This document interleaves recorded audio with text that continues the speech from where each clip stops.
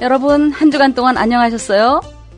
오늘은 TV를 너무 많이 보는 아이에 대해 생각해 보겠는데요.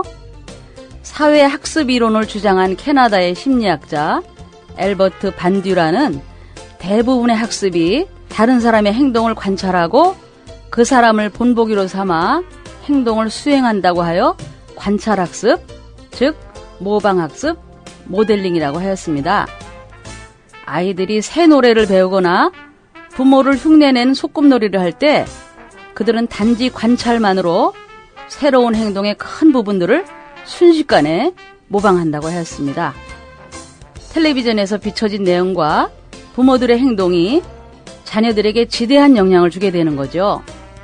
그러므로 방송에서 불우이웃 돕기나 수재의연금 등에 참여하는 부모들이 있을 경우에 아이들은 친사회적으로 행동하는 것이 쉽게 되겠죠.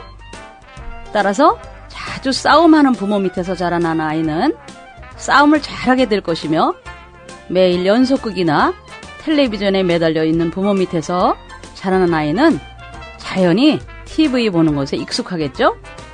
그래서 문제 부모 없는 문제아는 없다라는 말이 있는 거죠. 이혼한 부모 밑에서 자란 아이들을 맡아서 홈스테이를 하고 있는 어느 한 분이 말씀하시기를, 그 아이들은 다른 사람에게 은근히 약을 올리며 괴롭히고 매일 싸움을 한다는 것이었어요. 그들은 사이좋게 노는 방법을 배우지 못했고 대신에 싸움하는 요령을 기가 막히게 알고 있다는 것이죠. 사이좋게 노는 방법과 사랑하는 방법은 저절로 알게 되는 것이 아니고 보면서 배우게 되는 것 아닐까요? 저도 우리 딸에게 신랑감을 고를 때 가정이 화목한 사람을 데려오라고 주문합니다. 부부가 화목하게 사는 요령을 잘 알고 있기 때문이죠. 이혼한 부모의 자녀는 성인이 되어 결혼해도 자기의 결혼 생활에 문제가 생겼을 때 잘 화합하는 방법을 관찰하지 못했기 때문에 결국 헤어짐으로써 문제를 해결할 가능성이 아주 높아지는 것입니다. 또 아이들이 공부를 잘하게 원한다면 부모는 가정에서 책을 읽는 분위기를 만들어줘야 하는 것이 중요합니다. 아이에게 고액과외를 시키면서 좋은 대학에 들여보내려고 하는 부모가 공부하고 돌아온 아이에게 TV 시청에 빠져있는 모습을 보여준다면 아이는 공부에 의욕을 가지기 어렵겠죠. 밖에서 시끌벅적 TV 소리가 나는데 안에서 공부가 되겠어요? 아이도 딴짓을 하기 십상이죠. 저희 가정을 비롯해서 많은 목회자 자녀들이 열악한 환경 가운데서도 뛰어난 성적을 거두는 경우가 많은데요. 그것은 아마도 책을 읽는 가정의 면학 분위기와 기도의 힘이라 생각됩니다. 또 한 가지는 TV 뉴스에서 매일 방영되는 정치인들의 상대방을 향한 비방과 중상모략들을 모든 국민이 다 지켜봐야 하는데요. 그 영향으로 온 국민이 싸움하는 요령을 배우게 되고 또 윗사람을 깎아내리며 사회 질서를 혼돈케 하는 경우들을 보게 되고, 청소년들까지도 윗사람을 하대하는 버릇을 갖게 해서 하나님이 주신 질서의 권위에 도전하는 사회 풍습으로 전락되기도 합니다. 이러한 일들은 관찰학습, 즉 모델링이 되기 때문에 더 나아가 자기를 낳아준 부모나 학교 교사나 교회 목사님까지도 경멸히 여기게 되는 매우 안타까운 결과를 보게 합니다.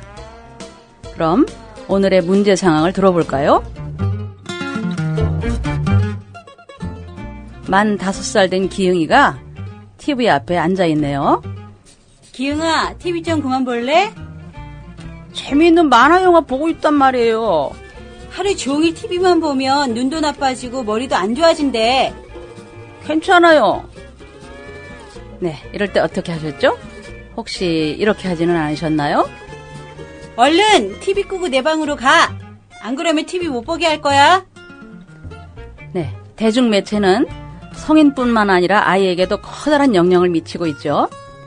많은 아이들이 TV 화면에 매료되어서 TV 시청에 적지 않은 시간을 소모하고 있는데요. 대체로 그 이유는 부모에게 있습니다. 즉 부모가 아이를 돌보지 않고 다른 일을 하기 위해서 자주 자녀에게 TV를 보게 할 경우에 TV 시청이 생활 습관화됩니다. 또한 부모 자신이 연속극을 비롯한 TV 프로그램을 좋아해서 하루 종일 TV를 켜놓고 생활할 때 아이에게 바람직하지 못한 본보기가 되어서 아이도 TV에 빠지게 되는 나쁜 영향을 미치게 하죠. 그럼 지도 방법을 알아볼까요?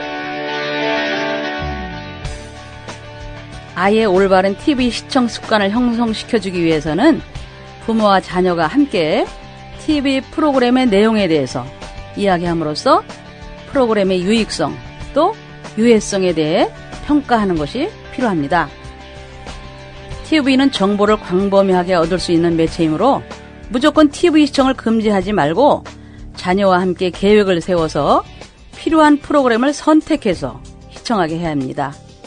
그리고 선택한 프로그램이 아닌 경우에는 반드시 TV를 끄도록 해서 TV가 하루 종일 켜있지 않도록 지도해야 되겠죠? TV 시간은 점차로 줄여서 1시간 이내로 정하는 것이 좋겠고, 또한 부모가 TV 시청을 삼가하고 독서나 음악 감상, 또 운동 등 다른 활동을 해서 아이에게 좋은 본보기가 됨으로써 아이가 TV 시청에 많은 시간을 소모하지 않도록 도와줄 수 있습니다.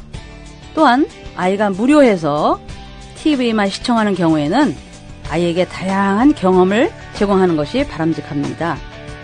즉 부모가 퍼즐 맞추기, 점토놀이, 또 물놀이처럼 아이들이 좋아하는 놀이를 함께하고 공휴일에는 동물원이나 고궁, 박물관 등을 경락함으로써 아이가 심심하여 TV만 시청하며 시간을 보내지 않도록 지도하는 것이 좋습니다.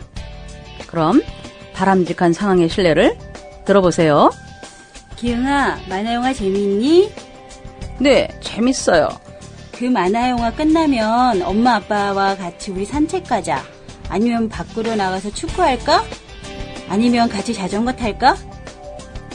네, 아이가 재밌게 TV 프로그램을 보고 있을 때는 중도에 보지 말라고 부모가 일방적으로 TV를 끄는 것은 오히려 아이에게 반항심을 갖게 하기 때문에 바람직하지 않은 지도 방법입니다. 아이가 스스로 밖에서의 활동이 더 재미있고 신나는 일이라는 것을 경험하게 해주는 것이 더 좋은 방법이라는 것 이제는 잘 아시겠죠? 네, 다음 시간에는 밥 먹기를 싫어하는 아이에 대해서 생각해 보겠습니다. 안녕히 계세요.